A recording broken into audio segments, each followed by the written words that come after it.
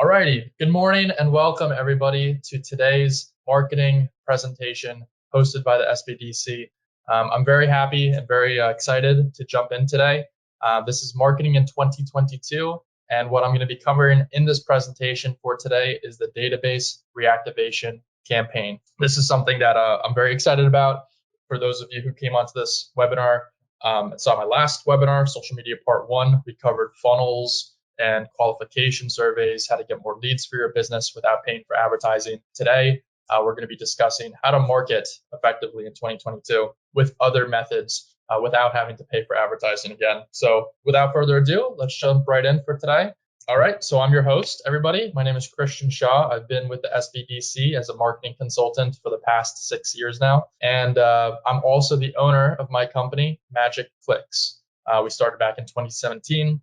And we're a customer acquisition agency. Owned this customer acquisition agency since 2017. We've worked with hundreds of local businesses all across the United States over the years with the Small Business Administration, SBDC, and my company as well, helping local businesses transition from traditional marketing to modern day marketing, social media advertising, digital advertising. So that's a little bit about us. And here's what we've learned. So this is what we've learned all over the years working with hundreds of business owners, is that in order to grow a business, you need more revenue. Now, I know that this might be completely elementary, business 101, but I just want to start here because this is really the cornerstone. And because I hear so many marketing presentations like this that you're on today, talking about likes and shares and comments and follows and hashtags and all this stuff in marketing that, yes, it plays a role, but it doesn't really matter. At the end of the day, what a business needs to grow is more revenue. Sales and marketing is that vehicle to drive more revenue. So if your sales and marketing campaigns are not driving more revenue, if it's only getting likes, if it's only getting comments, then we have to revisit that and switch something up. So believe it or not, there's only 4 ways to increase revenue. There is increase the number of customers, right? So get more customers, get new customers. That we're all chasing, that everybody wants new customers. But did you know there's actually 3 other ways to increase revenue without getting new customers? You can increase the average order value. You can increase the number of transactions per customer, or you can even raise your prices so that each customer is paying more for the same product or service. Let me describe a little bit more. And the source is Personal MBA. The 4 methods to increase revenue. I have all my notes in these notes as well, so everybody can take a look at the end of the presentation. But increasing the number of customers means just bringing in more people in the door. Straightforward. For example, if you own a restaurant, the more customers you bring into the restaurant, the more money you'll bring in inevitably. But there's actually 3 others, as I just stated. So increasing average order ticket value. So increasing average transaction size means that each customer will purchase more. So back to the restaurant example, it's a term called upselling, a process through upselling. So whenever, the waiter comes to the table, the entrees are good, the drinks are good, they're always saying, can I offer you some dessert, right? Dessert, appetizers, drinks, adds to the end bill at the end of the night, the tab. So the more that the customer purchases, the more items that they buy, the more they spend, and the more revenue your business takes in. There's also number 3, which is increasing the frequency of transactions. And I'm really going over these because this is very pertinent and relevant to the rest of the presentation. So I'm really going to be focusing on these 3 and not focusing on increasing the number of customers for today's presentation. I have other presentations in the future that I'm going to be doing all about how to increase the number of customers, new customers coming in. But today's presentation, I really want to focus on these 3. And the simple reason is, did you know that it costs 5 to 25 times as much to get a new customer than it is to retain or keep an existing one? Did you know that? The Harvard Business Review did a study and they found that it costs 5 to 25 times more money to acquire a new customer, going out and getting a new customer, than it takes to just keep existing customers and resell to them, retain them, customer retention, customer lifetime value. So you can either increase the average order value, give them more upsells to increase the average transaction size. You have a branding and package design offer, right? So if you have special additional services that you can provide with that base offer, the branding and package design, perhaps you can offer, a service to go along with that to help with delivery or fulfillment, right? All these upsells for Gianluigi with your linens and bed linens, offering additional products like pillows, any other products in your products lines, increasing average order value. Amazon does this tremendously. Amazon is always, whenever you're buying on Amazon, you can always see, customers who bought this also liked this product, that product, this product, and they're trying to get you to increase the average order value. Thirdly, increasing the frequency of transactions per customers. I think we got into that already. So encouraging the customer to purchase from you more frequently or more times. So if they're buying maybe like once a month, perhaps try to get them to buy twice a month or 3 times a month, right? Increasing the number of times they purchase from you. And then finally, raising your prices, which is very straightforward. Raising your prices, you make more money with the same effort and the same cost on your side. Let's jump into the database reactivation campaign and talk all about what this actually means. A database reactivation campaign, in a nutshell, I'm oversimplifying it right now, but we can get into the complexities of it, is a series of emails, texts, it could even be phone calls in order to retain existing customers, existing clients in your database. So back to the list. So it's doing these 3 things, either increasing the average order value by upselling more offers, or increasing the frequency that they buy from you, or raising your prices, which is always great. So you can do this over a series of texts and emails. And I'm aware that people probably already have an email newsletter, a text newsletter currently. If you don't have these things, then we definitely want to get you set up with this, and we'll talk about more of that, about how to do that. But if you're already doing this email newsletter, I just want to provide you with some insights and some tweaks in order to capture more intent and get people who are interested in your newsletter, who are subscribed, to buy more stuff. So let's go down an example. Let's say, for example, you own a restaurant, right? You own a restaurant right here in New Brunswick. That's where I'm based, Middlesex County. And let's say you have a list of restaurant customers, people who come to your restaurant, who dine in, who buy catering from you. So this is a list of all your customers from all the past years that you've been in business, all in one place. Having them all in one place allows you to remarket to them. You've already built trust with them. You've already built, this relationship with them. And so this presentation is all about how we can retain those customers, organize them so they're all in one place, and create offers, create specific irresistible offers that we can send to them to get them keep coming back. Not all customers are created equal, right? So back to the restaurant example, there are different buckets or different segments of customers that any business has, right? For restaurant, for instance, there's catering clients in bucket number 1. There's diners, people who dine into the restaurant, bucket number 2. And then perhaps there's other customers as well. While I'm going through this example, just think for yourself what type of customers you cater towards, what type of segments of customers. For Tiffany, again, you have residential customers as well as commercial customers. Jermaine, I don't know if you do residential only or if you do commercial as well for your hydropoxy or waterproofing services, but those would be the 2 buckets of customers that you have: commercial clients and residential. They all have their own wants and needs.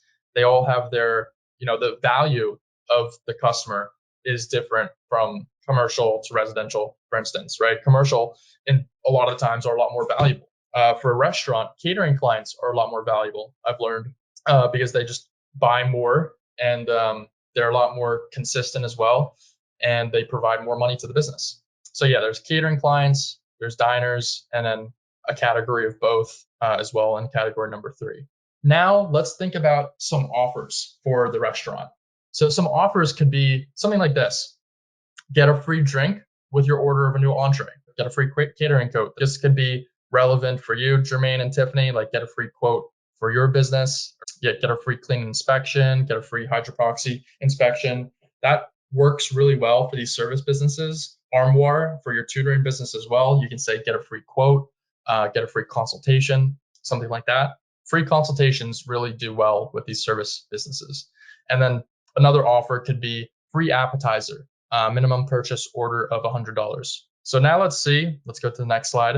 We take these special offers and we segment them to the corresponding customer that it applies for. So the free catering quote will go to the catering clients, obviously, right? The free drink with entree order will go to the diners, and the free appetizer, well, it can go to both, right? It can go to both catering clients as well as diners. There's some offers that only work with commercial, some offers that only work with residential, some offers that could work with both, and etc. So think about for your own business, the segments of customers, and then start to brainstorm on the different offers that we can offer for these different segments. Okay, so what results can we expect from doing these campaigns? If we do this effectively, and I'm seeing this right now with text remarketing and text database reactivation, a lot of people do email, which is great. And I'm not saying that you shouldn't do email or anything, but what we're finding is that text blasts, text remarketing, doing the same exact thing you're doing with emails, but just putting it onto text. Text works a lot better because everybody is on their phones nowadays, right? Everybody checks their text messages. People are getting less interested in looking at all their emails and checking their emails. So everybody looks at their texts. It's where their friends are, it's where their families are. And so if you can be there as well as a business, you can see results typically like this. For a typical text campaign, you should see a 10 to 30% response rate. 30% will say yes, 70% will say no of the 10 to 30% people respond. And then 50% of the people who say yes will ultimately move forward with the process, schedule a consultation or, an inspection with you guys, and then ultimately buy. So those are just rough numbers. We're just making some hypothetical projections here. It's different for every business and every industry, and the quality of your list and the quality of your prospects and your customers in your database, the age of the database as well. Did you get these customers years ago, or did you just get them last week or yesterday? So there's a lot of factors that play into this, but this is typically what we see. So out of 100 customers in your customer database, what we've experienced is that 10 will respond out of 100, 3 will say yes, 7 will say no, and 1 of the people who say yes will buy. So those are just rough numbers. Here's a campaign that we just ran for a restaurant, which is why I'm interested in talking about the restaurants right now. We sent out a text blast to 211 people, with the 26 people replied, 12% replied, and of those, 2 people bought. So results will vary, just again, what I just said, based on your industry and your business and your type of customers and clients, but this is a very effective strategy. So how many database reactivation campaigns can you run? And really the answer is as many as possible, right? You want to increase the number of frequency, back to the list, right? You want to increase the number of frequency, increase the average order value, and even raise your prices as well. So as many as possible. If you aren't doing this at all, if you don't have an email newsletter, if you've never texted or emailed your past customers or prospective customers who didn't buy from you, perhaps you had a demo with them and they didn't buy for whatever reason, they went with someone else. If you've never remarketed to your list of prospects and customers, aim for once a month, and we can help you get there. If you are doing this at least once a month, aim for once a week. Because again, the more times that people can see you, the higher chance of likelihood of them doing business with you, right? It's there's an age-old expression in the advertising world which is it takes the average amount of 7 times saying no before they say yes and buy. So it's really about just increasing the number of frequency. Okay, but Christian, you might be asking yourselves, how do I do this without spamming my customers? Okay, that's a good question. And there's really two fronts to answer this question. There's from the legal perspective and then the emotional perspective. So legally speaking, I'm not a lawyer. This is not legal advice. There's risk in business. Do this at your own risk, right? But these are the best practices to stay compliant and stay legal, so you're not spamming anybody and you're not getting in trouble with the FTC, the Federal Trade Commission, or anything like that. So this is a press release from Twilio, one of the leading providers in SMS text message communication, and this is their guide to SMS messaging compliance for the US, for the United States. And I included their entire white paper right here on Twilio Guide. So I did all this research for you guys, so you don't have to do it yourself. You can take a look if you want to get more in depth into it. But really, the main bullet point is what you need to know is in order to remain compliant and minimize risk related to customer complaints, we recommend Twilio. Twilio recommends establishing a double opt-in. So essentially, what is a double opt-in?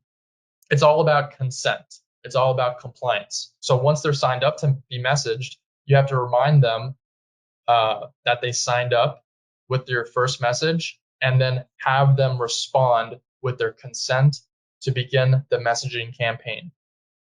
And they go on to say that this is not always necessary, but it's an industry best practice in terms of compliance. So that's what we do for all of our campaigns, for our client campaigns. It essentially looks a little bit something like this. This is an example that we've run in our agency. So it just says, hello prospect. Of course, this would be replaced by their name. So hello, Jane. This is Don with Home Genius Exteriors. I'm reaching out regarding your appointment on date. Is your project completed? Reply back yes or no. Reply stop to opt out. So there's a few things happening here, and I'm going to quickly break this down to show you the compliance, the legal aspect of running these campaigns. So first off, they need to opt in to receive messaging. What does that mean? They have to physically type in their email, phone number, or give consent to receive emails and text messages. So this does not work for cold messaging, cold emailing, cold texting. That's a whole separate conversation. This is just for people who opt in, customers who buy from you, who want to receive promotions in the future, or people who opt into newsletters or anything like that for your business. So first they have to sign up, they have to opt in, and then secondly, you have to give them the first message that you send to them must include a few things. The first message that you send to them must include why they're receiving this message. So we put in, hey, this is Home Genius Exteriors. I'm reaching out because you had this appointment on this date. Okay. And then secondly, you have to give them an opt out. You have to give them the ability to unsubscribe or opt out or stop receiving these messages so they're not constantly spammed. Okay. So that's the whole premise behind this double opt-in.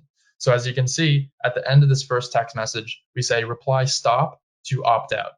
Okay, now that that's out of the way, because that's all the the compliance legally stuff involved in this. Once you do this, the first text message you send out to them, everything after that, you don't have to include this anymore. You don't have to keep asking them, hey, do you want to keep receiving messages? Do you want to opt out? Reply stop. You don't have to continue to do that. You just have to do it on your first initial message to them, and then it's there forever. So they can always just reply stop or unsubscribe on the email, and they'll never receive the messaging or communication in the future again.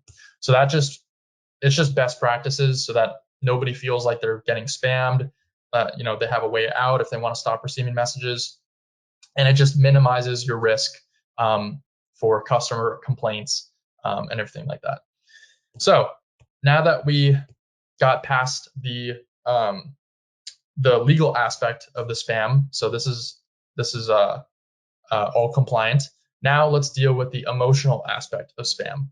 So, but won't my customers get annoyed if I send them out a text message every single week, a text message every single month? Won't they get annoyed by that?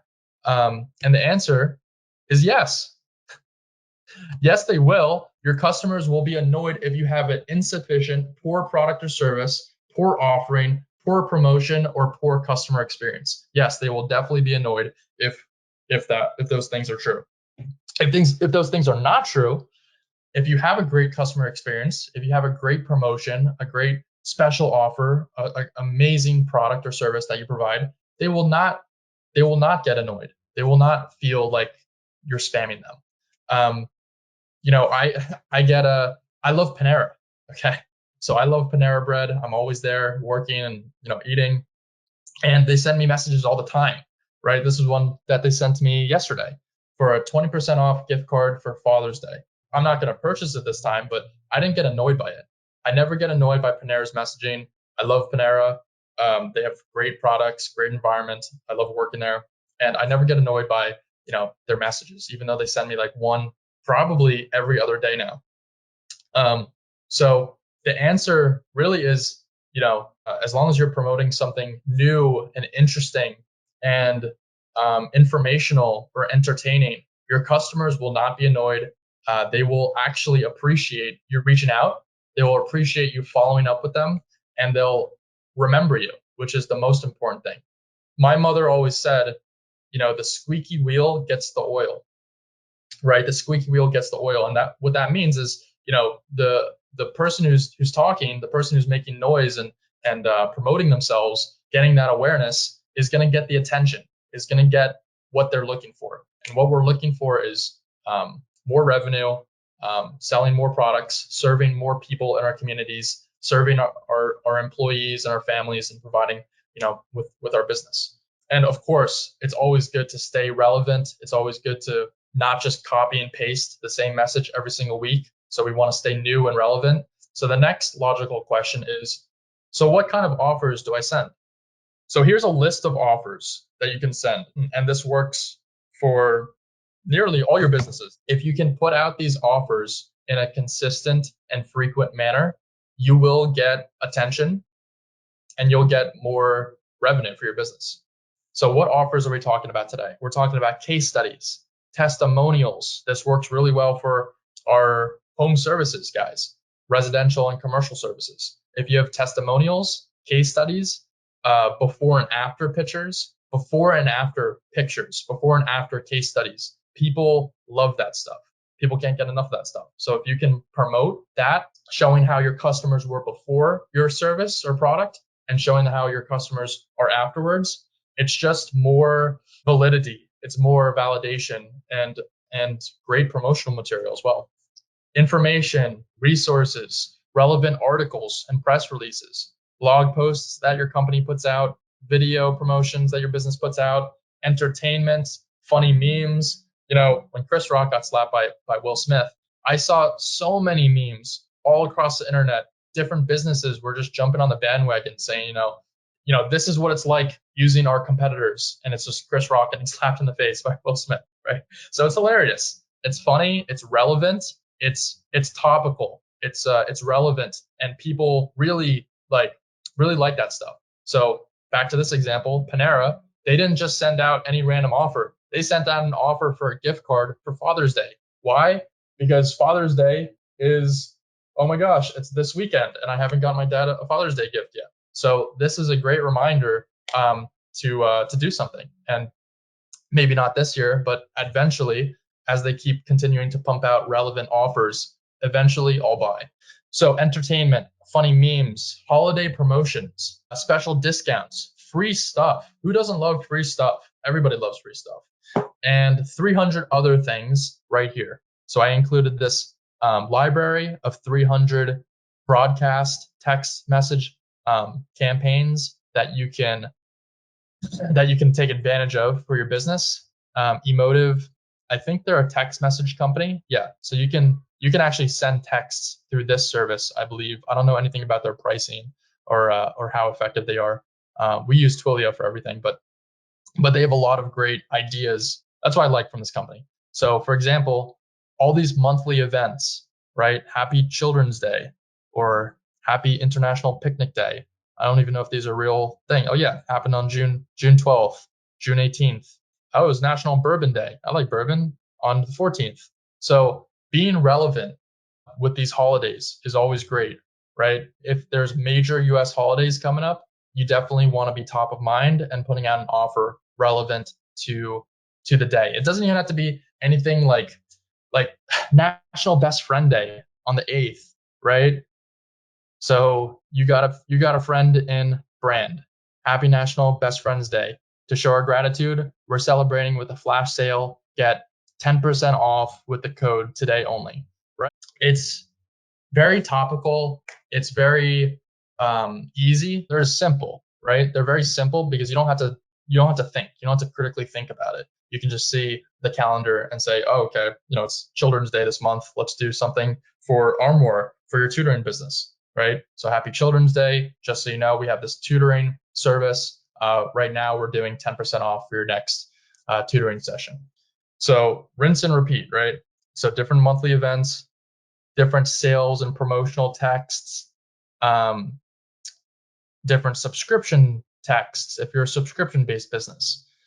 If you're seasonal, right, for your residential services, if you're a seasonal service provider, there's a bunch of different offers, limited time offers, right? Product launches, if you have a new product, or if you're going to be raising your product price, right? A great way to raise your product price, to raise the prices of your services, your products, is tell people, hey, just being upfront with them.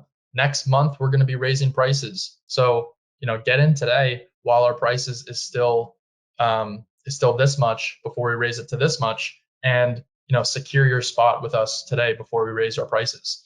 It's a great way to raise your prices, to be authentic and transparent with your customers, and also earn more deals, get more deals by just letting them know what you're doing in your business. Okay, so what other stuff do we got? Setting up your first database reactivation campaign. So how do we set up your first database reactivation campaign? First, we have to find your database of contacts. Hopefully it's somewhere online, like a spreadsheet or an Excel file, if you have it on your computer on an Excel file. If you use like a POS system like QuickBooks or Square or like some kind of like POS system, you can hopefully export all of your customers from that POS system. Perhaps you have a CRM, a customer relationship management tool like Salesforce or HubSpot or Pipedrive or Go High Level.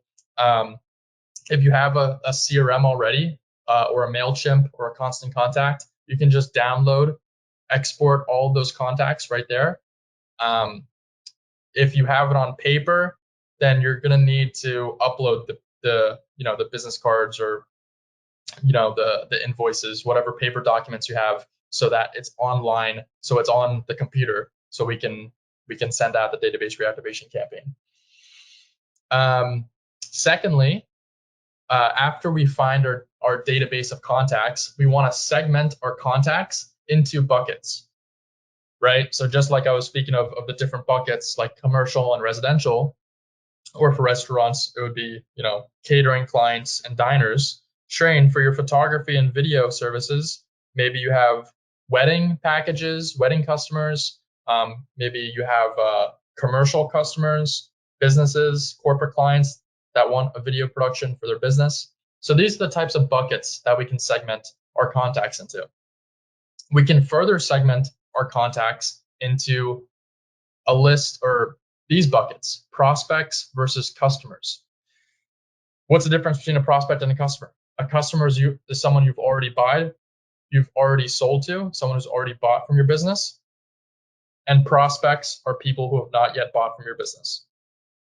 Prospects are people that you've done everything. You've connected with them online. You have sent out a quote. You've given them a free consultation. You've given them a free estimate, a free inspection, but for whatever reason, they didn't yet go with you. Yet is the key word. So prospects. We want to clean this list so that the data is accurate, segmented, and categorized accordingly. Because again, we don't want to be sending out the wrong offers to the wrong list. We want to make the offers as relevant as possible to the list. So of course, we're going to be sending out different offers for the customers than we are for the prospects. For the prospects, it's all about, like, what can we do to reschedule an appointment? Let me get some feedback. Why didn't you go with us? What's wrong? Are you still working on this project? Just getting more feedback from the prospects. For the customers, it's going to be a whole different type of conversation. It's going to be referral campaigns, review campaigns. How's your experience? Do you have a friend or family member that needs the service as well? Would you like additional services that we offer? We offer X, Y, and Z additional services. So clean this list so that the data is accurate, segmented, and categorized. We also want it segmented so that I'll actually pull up my list right here. So as you can see, the names, phone numbers, emails are all segmented and cleaned And that's how we want to set up our list so that when we upload it into our CRM, everything works properly. So let's assume that we have our database. Let's assume that we've cleaned the list so that the data is accurate and formatted correctly, and we have our categories and segmentations of our audience or our customers and our prospects. Next step is to buy a Twilio phone number. I use Twilio personally. I can vouch for Twilio. I think it's really good. You can also use this messaging platform. Emotive is another one that you can use. And there's a bunch of different text messaging softwares and systems out there. So don't take my word for it. Do your own research. You don't have to use Twilio, but that's what I use. And that's what I'm comfortable with. So buy a Twilio phone number or sign up for these other services. And then finally, create your top 10 offers. Just list out as many offers as possible. 20, 30, 40, 50 offers that you can think of, different information, different press releases, different articles that you've put out, different promotions or case studies, testimonials. Just sit down, spend an hour, 1 hour one day, and list out as many offers as you can, and then whittle it down, segment it down to the top 10 offers that you can think of that, like, wow, this is a great offer. Or you can think of in the past, what's worked for you in the past. Perhaps there was an offer in the past that you did that worked like gangbusters. Let's find that offer again. Let's revive it and let's use it. Another really great tidbit I'll actually show you guys right now is Groupon. So Groupon, if you don't know, Groupon is an app on your phone, and it shows you different services, different products and services in the area. This is a fantastic way to find winning offers that people are looking for. So let's say restaurant.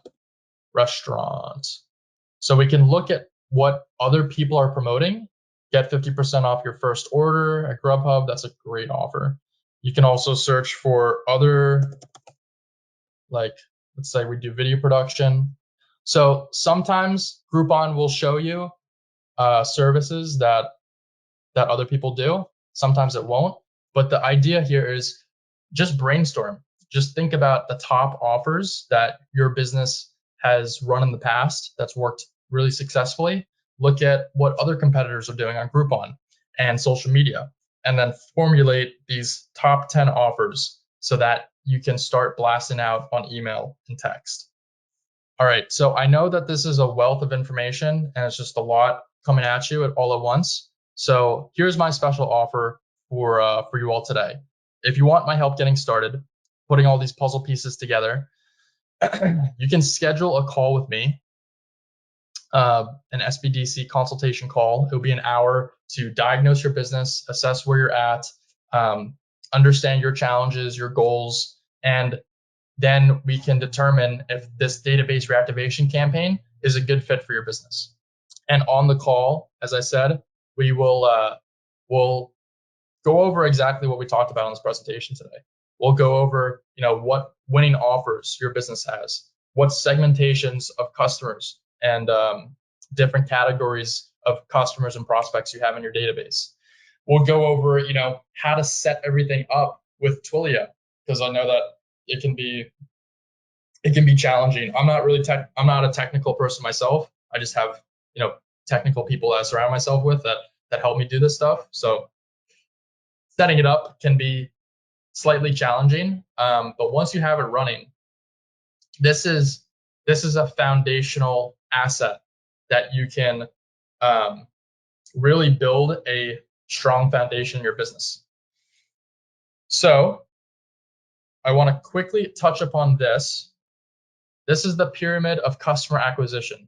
So I affectionately named this. So database reactivation campaign is right at the bottom. Why is it at the bottom? It's because it's a foundational campaign for your business. Of course, there's marketing funnels.